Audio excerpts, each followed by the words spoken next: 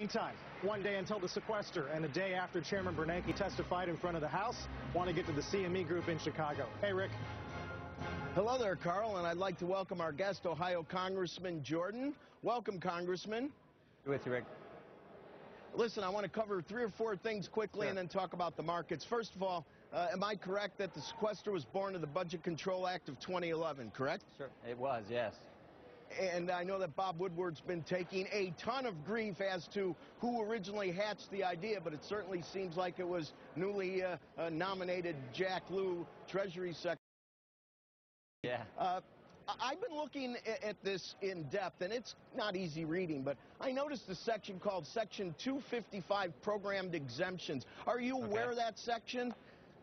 Vaguely, yes. It's been 2 years since this thing passed, and I didn't support it when it passed, but vaguely, go ahead.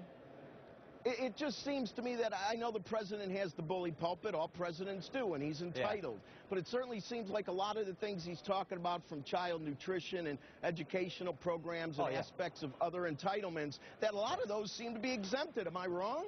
Yeah, no, they're exempt, and, you know, he's out there trying to scare the American people. But the fact is, you got to look at the positive. We're on the verge of achieving $85 billion in savings for the taxpayers and families of this country. That's a good thing. Would I have preferred it not hit national defense the way it does? Certainly. We voted to change that portion of it.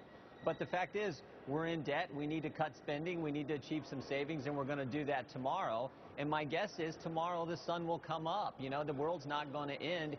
And we found out yesterday, Rick, that even the Secretary of Education was misleading the American people when he said teachers are getting pink slips because of the so-called sequester. It's not happening. It was proved not true, and yet he's out there saying that.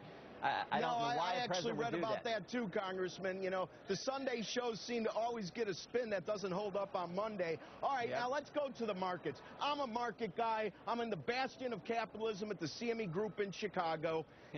You know, when we listened to Ben Bernanke yesterday, he made a comment that we may not reach like 6.5% unemployment rate till 2015, 2016, and the market rally. So I don't know if I could look at the market to have a logical, you know, these traders just want to make money. How do you think market participants ought to look at the sequester? What are your thoughts, and what do you think the market movement would mean to politicians in general? Well, I mean, just what I said before. This is a good first step. The president wants to say, oh,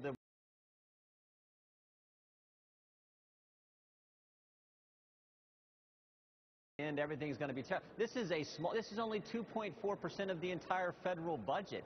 There have been all kinds of families, all kinds of business owners who've had to sequester a lot more than 2.4% of their budget. So this is just a good first step in starting to address this $16 trillion problem we have. My concern with the Fed, frankly, is Ben Bernanke's policies are financing Barack Obama's spending, because the Feds, with the cheap dollar policy, are making it so that we're only spending $224 billion in interest payments to service that huge debt this year, where if interest rates, now think about this, Rick, and I know you know this, if interest rates were where they were before the crisis, back in 2007, we'd be spending about $800 billion in interest payments to service that kind of debt.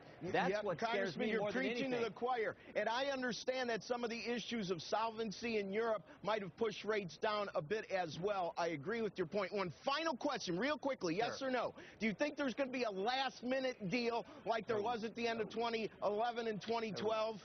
No, not at all. And if there's an attempt to do that, you will see me and a bunch of other conservatives going strongly against it. So I don't think it's going to happen. I think our leadership's been clear about this, and I applaud them for doing that. We've been pushing them to do that. We got to have this happen. Thanks, Congressman, for being our guest. Carl, it's all yours. Talk to you in a few minutes. Meantime, Melissa, what's coming up